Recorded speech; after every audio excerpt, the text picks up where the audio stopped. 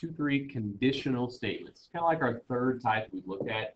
Last time we really started with the conjunction, the disjunction. We learned the rules for those, and that's what you just kind of showed me on the quiz. You all know pretty well by now. So we're going to add another type, and then we'll also work with the truth tables there a little bit.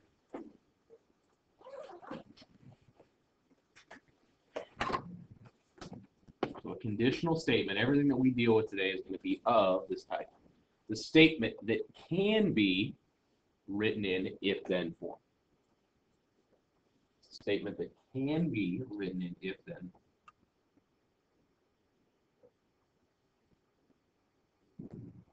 So they don't have to be? Yeah, exactly. That was what I was going to emphasize next.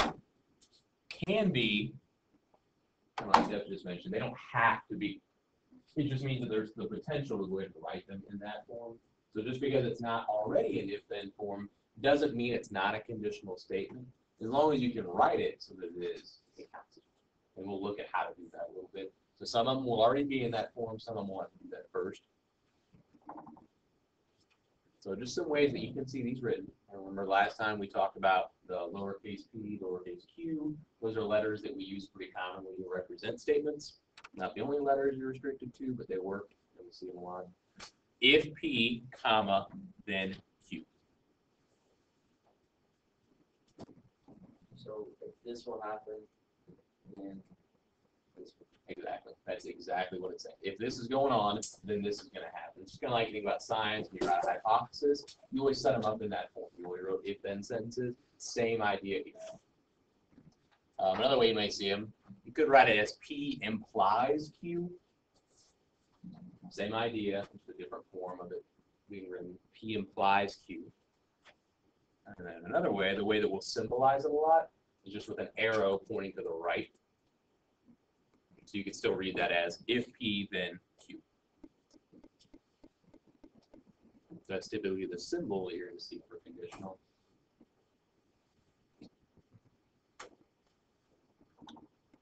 And breaking these down a little bit, two pieces that everything is going to have that counts as a conditional statement.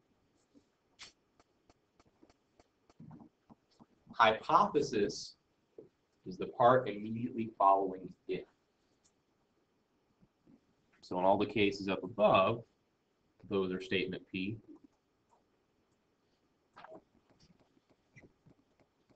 Typically, it's probably going to be the first statement, but notice, do I say that it's the first statement there?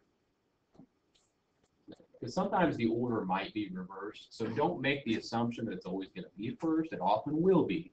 It doesn't have to be. And then the other part, the last part, is the conclusion. So it immediately follows then. And every conditional statement must have both. It's got to have a hypothesis. It's got to have a conclusion. Your hypothesis, that's what's going on first. And then you're saying, okay, this is my conclusion based on it. This is what's going to happen if this other thing's going on.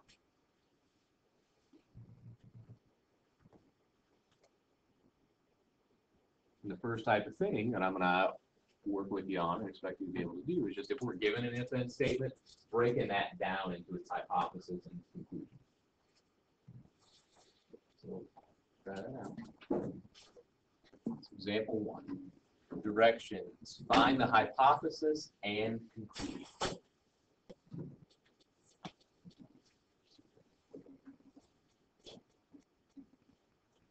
And our first conditional statement. If a polygon has 6 sides, then it is a hexagon. If a polygon has 6 sides, then it is a hexagon.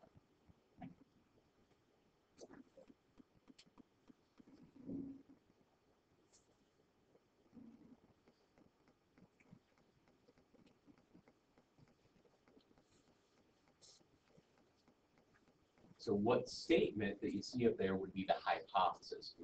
Justin? Okay, and what word did you drop off when you said that? And that's correct. Because if we said if a polygon has 6 sides, is that a complete sentence anymore? So you drop that off to make it a sentence. And the way that I want you to write these answers, for the hypothesis, put a capital H, a colon, and then write the sentence that would be that hypothesis. And it's still a sentence, so capitalize, punctuate, make sure it's complete. That's my hypothesis. A polygon has 6 sides. So if that's going on, what can I conclude about that polygon? It's a hexagon. Yeah, it's a hexagon, so that's my conclusion. The other part, the other sentence. Notice I didn't write the then, I dropped that off, and I just wrote the sentence. It is a polygon. Or sorry, it is a hexagon. Would that be a true statement? If something has 6 sides and it's a polygon, is it a hexagon? Yeah. If we've got something that has 6 sides and it's a polygon, then we know by now it is a hexagon. So that one was an if-then form, so those are going to be the easier type. What if I give you this? Measured distance is positive. What's more difficult about this one? Yeah, there's no if or then. So I've got to think about, well, I need to rewrite first. So if you see one and you're supposed to give hypothesis or conclusion or really anything that we're going to do today, if it's not written in if-then form, that's your first thing.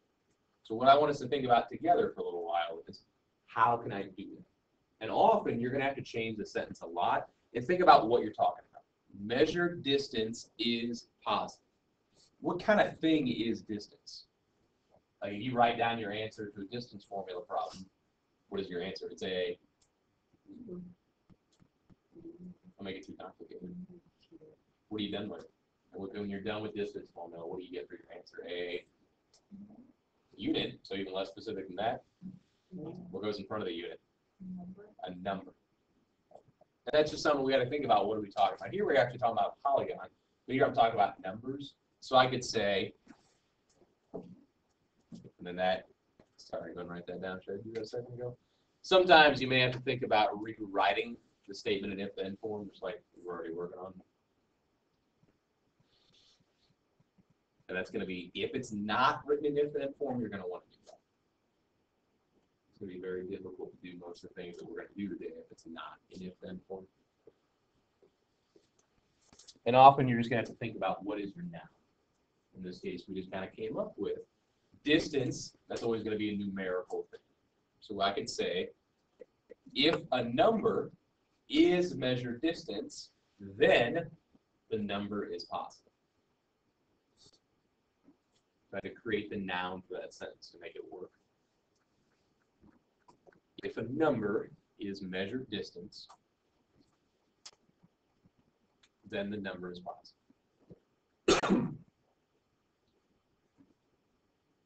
And my thought could be about why I had to do that. Imagine if I didn't. If I just said, if measured distance, then it is positive. Does that sound good at all? No, it sounds like a horrible sentence. So think about that. Sometimes you may not have to change it much, but if when you read it, it doesn't sound right at all, then you're going to have to add some things there to make it so it does. And you usually think about what the noun is. Once you've done that, is it pretty easy to identify the hypothesis? What would that be? Somebody I haven't heard from yet.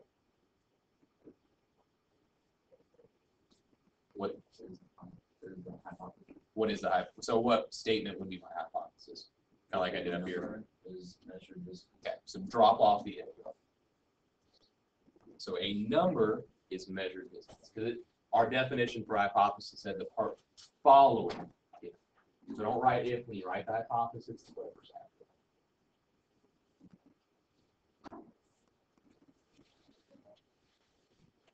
And then actually, how about my conclusion? What would that be?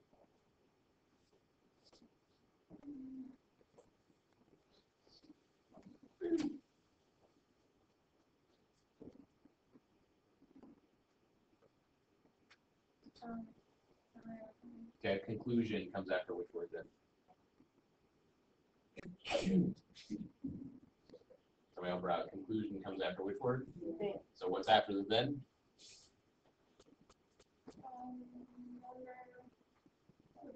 The number is positive. There's my conclusion. The number is positive.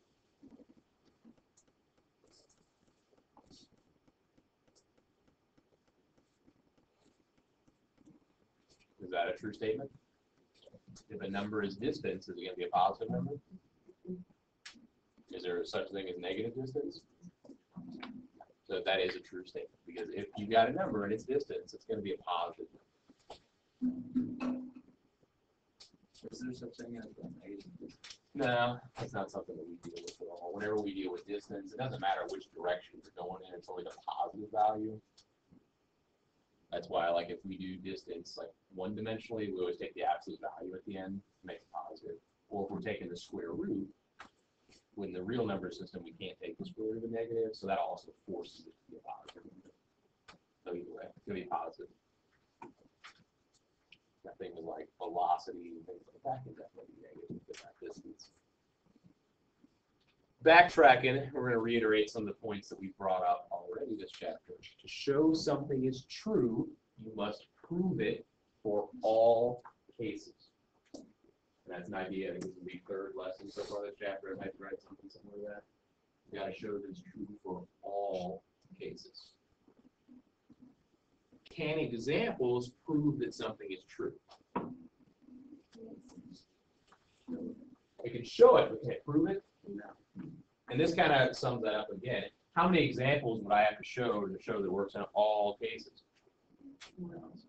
Yeah, would I ever really be done? No. Can I use examples to prove something false? Yes.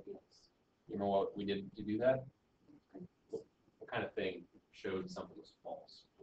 True, false. Counter example. We'll use that with the true-false table. It's a reminder that still is going to hold up today. To show it's false, you only need how many counter examples? One. One counter example. One case where it's false. One case where it doesn't work. That's enough. So we'll do some more of that today. A lot easier to prove something false than it is to prove that it's true. One case is enough.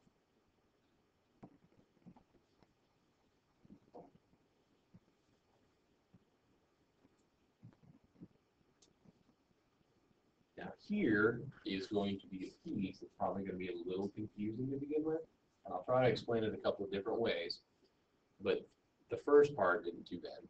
If the truth of a conditional statement cannot be determined, as in you look at this and you can't decide whether or not it's true or false, as in you can't come up with a counter example,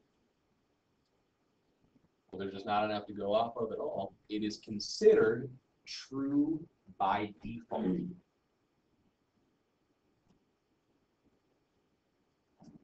If it cannot be determined whether it's true or false, the default's true. So another way of saying that would be if you can't show it's false, you're going to go with true by default. You're going to try to prove that it's false. If you can't, then you say true by default. This does not apply to everything. It's only dealing with a conditional statement. And we look at the truth table next. I'll show you the one place where that's going to pop up. What I want you to do is go and copy that truth table down. 3 columns, 5 rows like usual. When we make these, we're going to start making them just like we did last section. Notice how does the first column go? Same way we've been doing it. And then the second column, True, false, true, false. remember why we use it in that order? What did that do for us? It gives us like both things can happen. Yeah, it shows us everything that could happen. 2 trues, 2 falses, 1 true false, 1 false true. We're seeing all the potential outcomes. There's no other way to order those. And then over to the right, we've got P, then Q. That's our conditional, that arrow to the right. So if you've got a true hypothesis and a true conclusion, it's true. If you've got a true hypothesis and a false conclusion, it's false. If your hypothesis is false, what do you notice the whole thing is overall? When P is false, P then Q is true. This is where it's a little weird, but it's based on that last idea. If the hypothesis is false, you can't prove whether or not it has anything to do with the conclusion at all.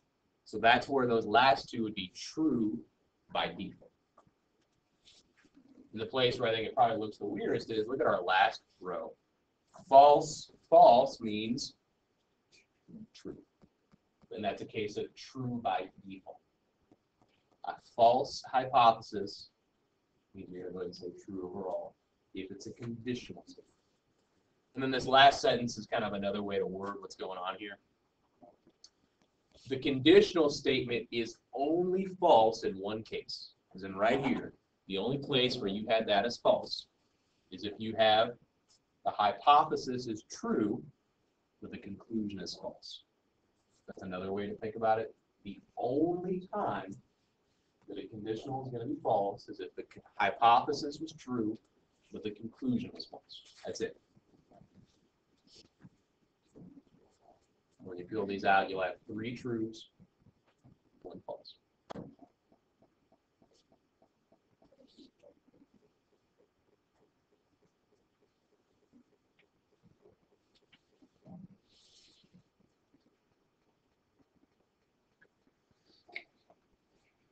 Looking at some examples next. Everybody got this one down?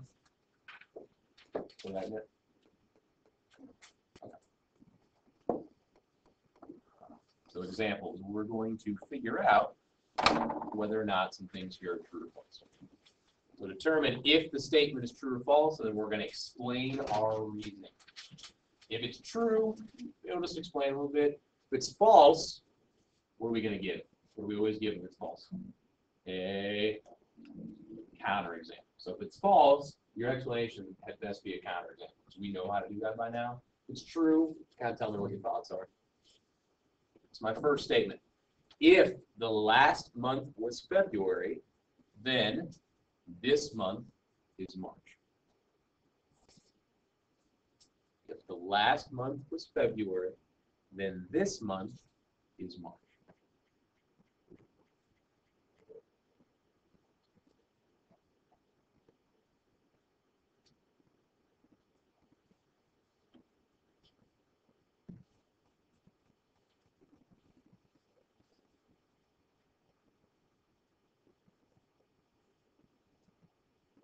We have these statements. The meaning of this could change depending on where we are. But think about if you're answering, you're looking at this right now. Okay, so think about this is a now thing. So I'm saying last month was February. Is that true? No, because what was last month? Okay, so my hypothesis here is false. So look at the conclusion. This month is March. Is that true or false? False. So look back at your table. If it's a false hypothesis and a false conclusion, what do you see at the end on the last column? True. And it's true by, remember what? Default. And that's going to be our explanation as well. True by default. Since the hypothesis was false, I can't really tie that into the conclusion at all, so I'm going to go true by default. Another way you can think about that, like say in science, you're doing some kind of experiment. Well, if your experiment doesn't really fit your hypothesis, are you going to be able to prove anything about your conclusion? No, I mean, your data is not going to mean anything, so at that point, you're going to assume true by default. You can't say it's false because your experiment didn't back that up at all. Next one, if you subtract 2 whole numbers, you always get another whole number. You subtract 2 whole numbers, you always get another whole number.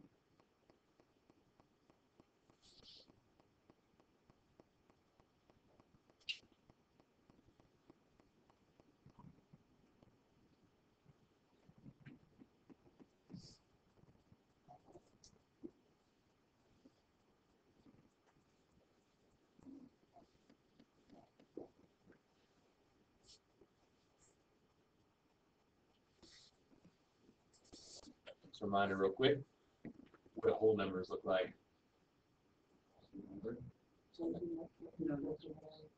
Say what? No decimals. No what else? No negatives, no fractions. Can it be 0? Yeah, 0 is okay. So the numbers like 0, 1, 2, 3, and so on. Those are the whole numbers. So we're saying if I subtract two whole numbers, is that something I can do? Yeah. Yeah, so that's true. There's never a case where I can't subtract those numbers. So that's a true hypothesis. The conclusion is I always get another whole number. Why are you saying false? Well, what if you have 1 minus 1? Okay. What's 1 minus 1? 0. Is 0 a whole number? So that's actually okay. If you subtract 2 minus 5, Okay. get a negative number. Is that a whole number then? No. So there's your counterexample. So we could say false, and then what she just told me, that's my explanation. I just gave a counterexample because I showed if I take 2 minus 5, those are both whole numbers, but when I subtract, am I getting a whole number? No. So there's a counterexample. That's the one case where you could have a false conditional statement because hypothesis was true, but then I just showed that conclusion was false. So that tells me false overall, and then my explanation is my counterexample. Any questions about that one? All right, good. Related conditionals be one of the last things that we really discussed today. When you think about these, I would almost think like a family. Think about people that you're related to. Are you exactly like the people you're related to? Or do you have some similarities? Yeah, and that's what we're really dealing with here. The converse is like the shoe brand. It's going the same way. To do that, you exchange the hypothesis and conclusion. They trade spots. So instead of if P then Q, it's going to be if Q and B. Yeah. The order just flips around. So if you write the converse, that's all you have to do. If still is going to be first, but now it's whatever the conclusion is. So they trade spots. That's the converse. The next one is called the inverse. And to do that, we're going to do something that you just did for me on the quiz today. You're going to negate something, and you're going to negate both the hypothesis and conclusion. Negate both the hypothesis and conclusion. Now, this is where people mess this up the most. Does inverse say anything about switching them? So do you switch them? No, you just negate them. What's the symbol for negate? Yeah. So that would be not P, then not Q. Be really careful when you write the inverse. Don't switch the order. Just negate them both. Not just one of them, but both of them. But don't switch the order. And then the last one, the contrapositive, you negate both parts of the converse. So you do both there. You flip, you switch, and you also negate. So what would the contrapositive look like with our letters? Not Q, then P, not P. Okay. Not Q, then not P. That'll be the last thing that we work with, how to write those. We'll be given an initial statement. We'll write these three, and then we'll decide whether or not they're true.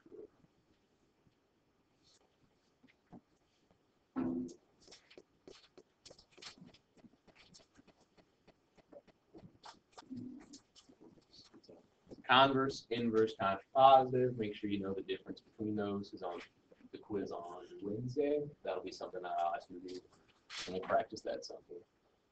So we are going to write the converse, inverse, and contrapositive of the following true statement. Then we're going to find the truth value of each, and then we'll give a little explanation on each one. And our conditional is if an animal is a bat, then it can fly. And you'll notice, is this really a mathy kind of statement at all? No, it doesn't matter. We can still use these rules. So some of them you'll be like that. Some of them you'll do some numerical stuff. But I'm saying that's true. If it's a bat, can it fly? Yeah. All species of bats are capable of flight. I will take time real quick. Don't overanalyze these statements at all. Some people are like, Well, if the bat has broken wings, then it can't. Well, yeah, okay. But think more in generalization. Bats in general can fly, so that's true. Don't be too specific or too over analytical. So I'm going to write these out. So first I'm going to write the converse. So the way I want you to do this in your homework is the way I'm going to do it here. Write the word converse, put a colon, and then I want you to write. So that way I know which one you're writing each time. So when I write converse, what do? You change the hypothesis. Okay. So this was my hypothesis, this was my conclusion, so now it changed. So I could say if an animal can fly, then it is a bat. If an animal can fly, it is a bat. I switched the hypothesis and conclusion.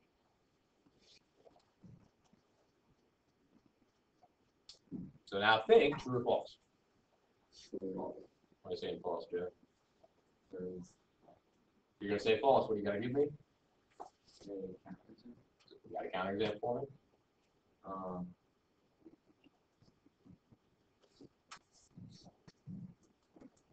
Give me true. Eric, what do you think? Okay. So false. Now you can just bird. If my statement's false, then the counterexample is all I got to give for my explanation. Because that statement there said, if it's an animal that can fly, it's got to be a bat. Is that true? Now, lots of other things can fly other than bats, birds, insects, whatever. Yeah. Hmm. Is there anything else? That would probably change it some, but it didn't, so we don't have to worry about it. Inverse is next. When I write inverse, what do I do to both statements? You make it not. I make it not. What's the word for that, though? Negate. So I would say if an animal is what? Not a bat, then what? It cannot fly.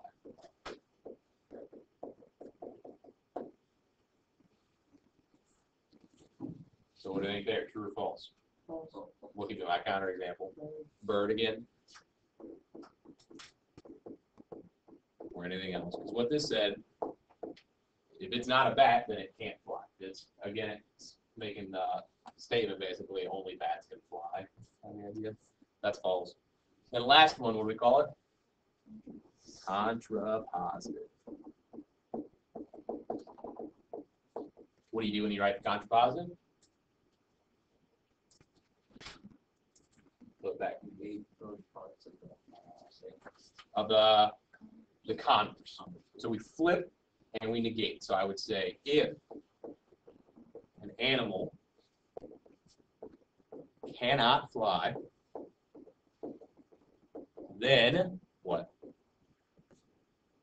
It is not. Help me out. It is not a bat. True or false?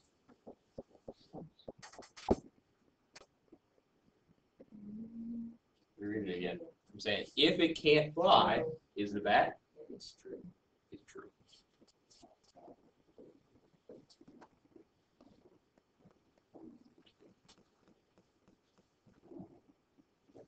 We're thinking it's true because can all bats fly? Yeah, they should be able to. So if it's an animal that cannot fly, then it's not of a bat species. Yeah, we're not going to overanalyze too much.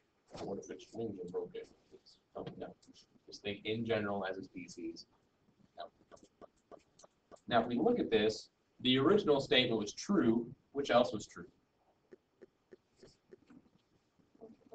What do you notice about converse and inverse? They're the same as well. And that's going to be a relationship that we have most of the time.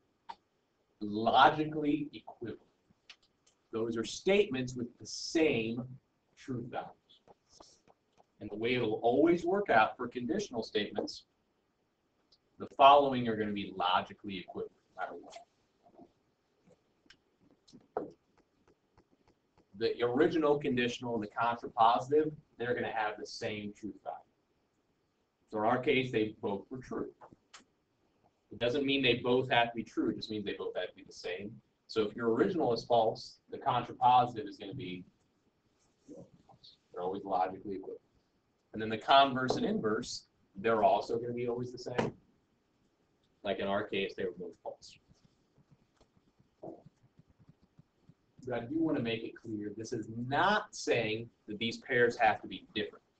You can easily have a case where all four are true or all four are false. The rule just says at least these two are the same and at least these two are the same. Doesn't say what they are, doesn't say the other ones can't be the same as well. But that much is they got to be true.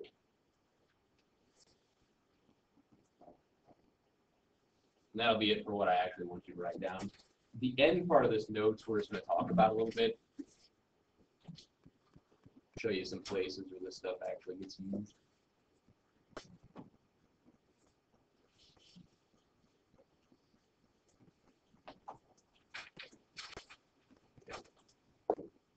So some application thought. Again, this stuff you don't have to write. I'm not going to make you do anything like this in the homework or on the quiz or anything. Just want to kind of relate some of this stuff to things how it's actually done. Think about how often you use things that rely on a computer. How many times today have you used something that's been computer-based?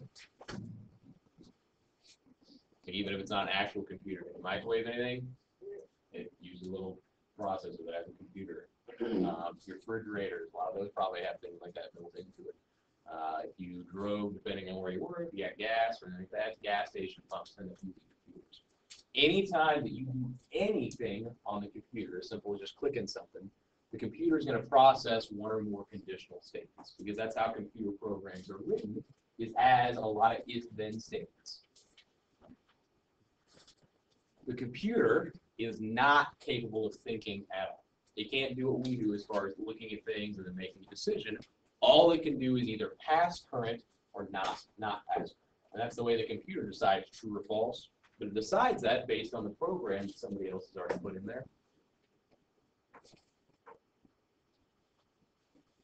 And then if this logic stuff is something that you all feel like pretty good with, computer programmers can make pretty decent income. And it's a lot of stuff like this as far as thinking about these truth tables and that kind of stuff. So here's an example of some computer code that's a little bit like what we're working with right now. This could be basically if you had a website and you wanted it to display what time your store opened. When your store opened at a different time, depending on what day it was, this program could do that for you automatically. So it would look at if today is A, then the opening time is. So it checks that. And basically, this is what the computer does a lot. It checks some data that you put in. So you're saying, okay, today is a weekend, that's what it's going to display. You open it new. And else, so if it's not that, if that's false, what's it going to say the opening time is? 9. So you don't have to tell it what to do on weekdays. It already knows if it's not a weekend, that's what time it is. And that's just one little basic line of code that would do something like what we're doing. The computer is able to check whether that's true or false. If it's true, it does this. If it's false, it does that. A little bit about that. That's something you feel like you're interested in a little bit. I do have some programming stuff in here if you want to chat about it.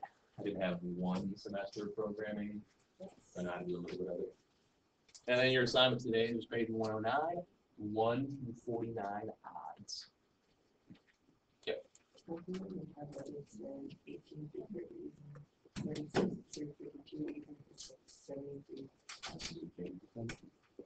That's probably an older version.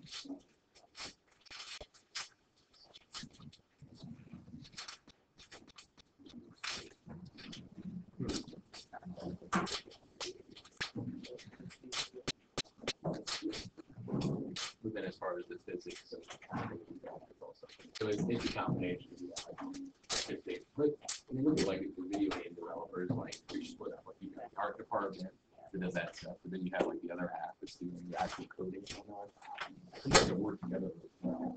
You do need to understand code.